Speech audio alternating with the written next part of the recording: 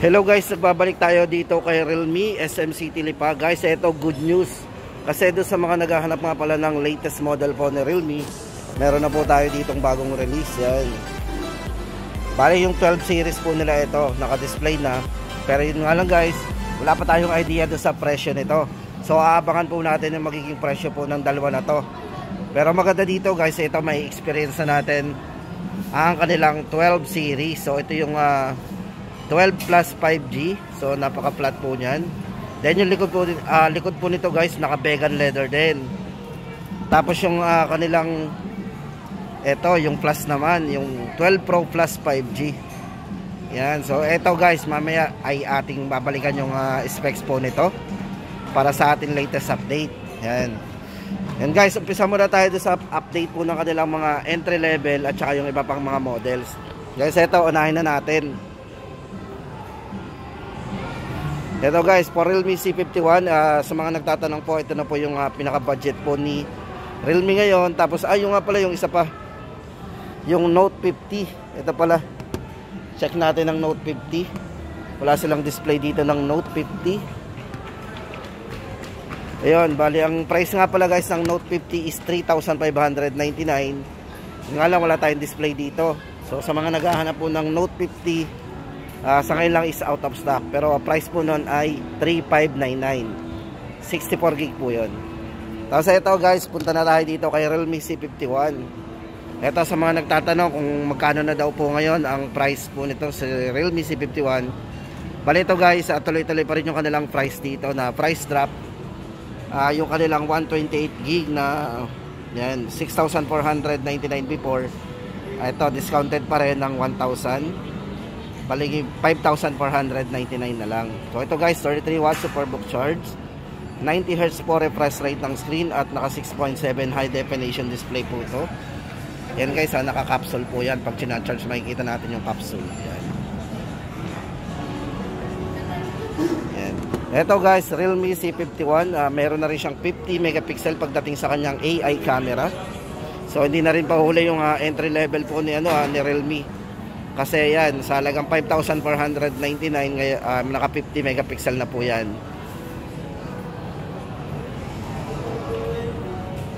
Para po sa color guys, dalawang kulay ito. Meron siyang mint green and carbon black. Ito yung carbon black, then mint green. For Realme C53 guys, ito naman ang update natin. Dito guys, may dalawang variants din tayo. Yan, for Realme C53, para po sa 128 gig nito, 7,999 pa rin. Tapos 16 gig RAM 256, 8,999. Ito guys, bali naka 33 watts superbook charge na din, 6.7 high definition ang display din sa isang screen. Then yung nipis po nito naka 7.49mm. So ito yung isa sa pinagmamalaki nito, yung design niya, yung manipis. Then ito po yung kulay niya, ito yung champion gold at saka yung mighty black. So guys, ito yung mighty black para meron tayong pagpipilian sa dalawang kulay. Then guys, punta na tayo for Realme C55 naman tayo guys para sa latest price update natin. Ito po for Realme C55. Bali dito guys, ang available nila dito yung 256 gig internal storage. So yung mas malaki internal. Pero ang good thing naman guys dito, dati kasi yung 128 nila 8,999, pero dito good news kasi yung 10,999 ay discounted ng 1,000. Magiging ano na lang po siya, 9,999. So dito na tayo kasi 256 gig na to. Doble internal storage. Ito guys, para sa kanyang specs. So check natin. Ito yung mga mabilisan lang. Ito yung naka 64 megapixel AI camera. Then guys, sa camera na to meron siyang stabilize pagdating sa video. Ito kasi naka 60 frame per seconds pagdating sa video. Ayan. Sa mga nagtatanong po, ito po yung naka 60 fps sa video. Ayan. Video resolution. Ayan po, naka 60 fps po yan. 1080p. Then pwede po nating ipares yung 60 fps sa 720. Ayan. So yun guys, ang ating update dito pagdating sa camera. Dito kay Realme C55. Ito guys, bale para sa chipset, ito yung naka MediaTek Helio G88 na rin. Yan, ito po yan. At naka 6.7 90Hz po, full high definition punch hole display pagdating sa kanyang display. Yan. Yan guys, ulitin natin para sa price po nito, yung latest price natin 9,999. Tapos guys, ito punta na tayo dito sa bago po nilang release pagdating sa C-series. Ito po si Realme C67. Guys, ito may dalawang kulay ito, green, yun po yung Oasis, Sunny Oasis, and black rock. So ito po yung black, tapos yung Sunny Oasis, ito yan, sa design. Ito guys, para sa update natin sa dalawang variants po nito, 9,999, naka maximum 16 GB RAM po tayo, 128 po internal storage. At pagdating sa 256, 16 GB RAM din, 10,899. Ito guys, yung highlights nito, 108 megapixel, naka 3x in sensor zoom camera po yan. And pagdating sa chipset guys, ito yung naka Qualcomm Snapdragon 685. Then yung nipis po nito, 7.59mm para sa kanyang ultra slim design. Check po natin yung nipis. Yan. Tapos ito pa yung isang kulay, baka gusto niya po ng isang kulay niya. So yun guys, para sa latest update natin sa bagong release po ni Realme pagdating sa C-series. Then guys, lipat na tayo for 11 series. Ito na, Realme 11 4G para sa latest update po natin. Ito guys, very handy ito, itong sa Realme 11. Baka naghahanap po kayo ng 10, wala na po. Ito na po yung latest po nila ngayon, Realme 11. Ito yung 4G. Guys, maganda dito, naka Super AMOLED display po yan. Napakabibid ng display nito. Then, naka 67 watts, Superbook charge na din. Napakabilis din ng ano nito mag-charge. Then, naka 108 megapixel para sa kanyang Pro Light camera. 108 megapixel. At naka 3x in sensor zoom po yan. Super nightscape mode yan pagdating sa kanyang camera. So ito guys, para kay Realme 11, 13,999. Dito guys, naka maximum 16 GB RAM tayo, 256 internal storage. At yung chipset guys, yan, gamer. Tama-tama sa inyo. Hindi lang naman po pang gamer yan, pang mahilig lang din po mag-multitasking. Tama-tama itong kanyang chipset kasi naka MediaTek Helio G99 processor na po yan. At eto na guys ang inihintay natin. So sa mga naghahanap ng 11 Pro series po nila, ni Realme, wala na po yan guys. Yung mga 5G po nila, yung mga naka-curve, yung mga naka-vegan leather. Ito na po yung bagong release po nila ngayon. Bali guys, ito walang presyo. Kung mapapansin nyo, wala po tayong idea pa dito. Bali ito guys, pre-order pa lang nila. Pero syempre, maganda dito ay ating may experience na.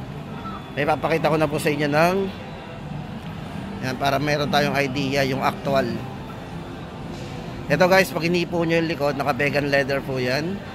Tapos ito po yung naka-flat. So yung design po nito guys ay inspired by yung mga luxury watches. So yung mga mamahaling watches po yung design nitong C12 Plus.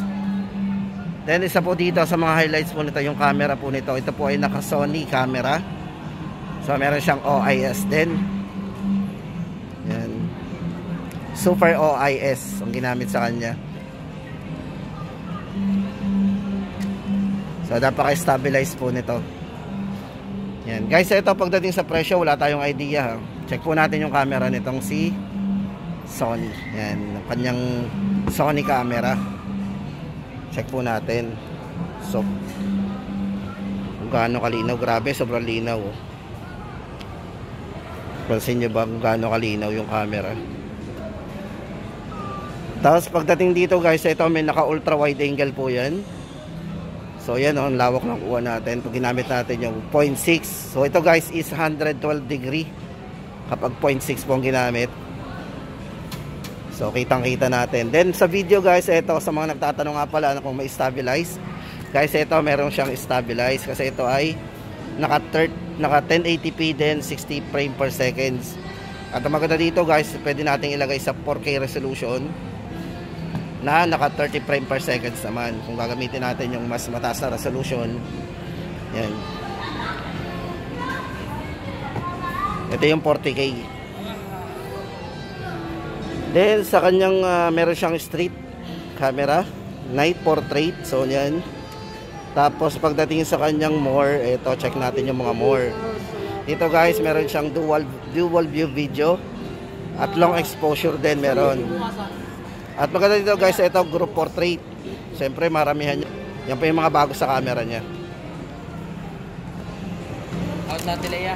Guys, ito abangan natin, babalikan po natin itong si Realme 12.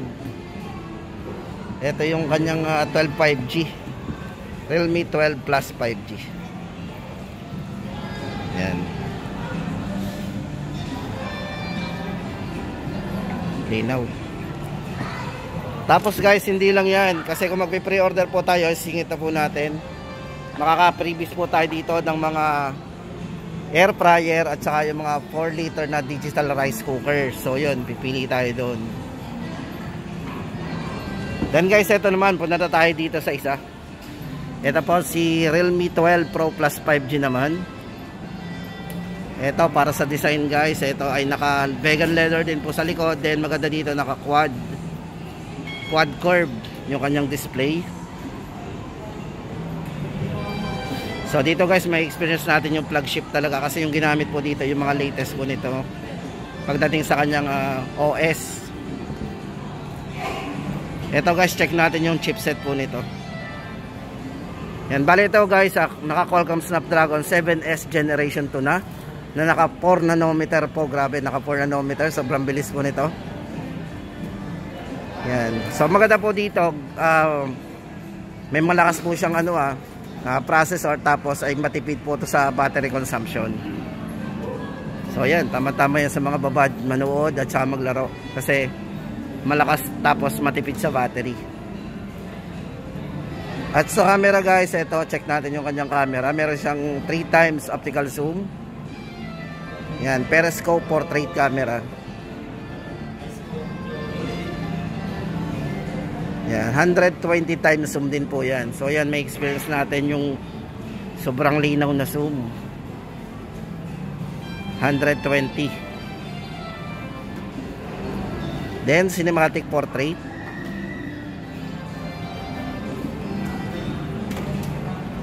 Tama-tama at sa mga mahilig mag-camera.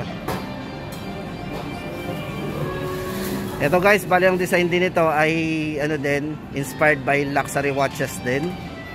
Yung mga premium na na design.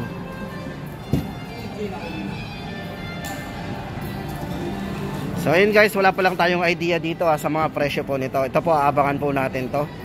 Realme 12 Pro Plus 5G.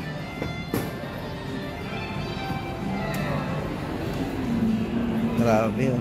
Check natin yung camera para makita din natin ang camera nito.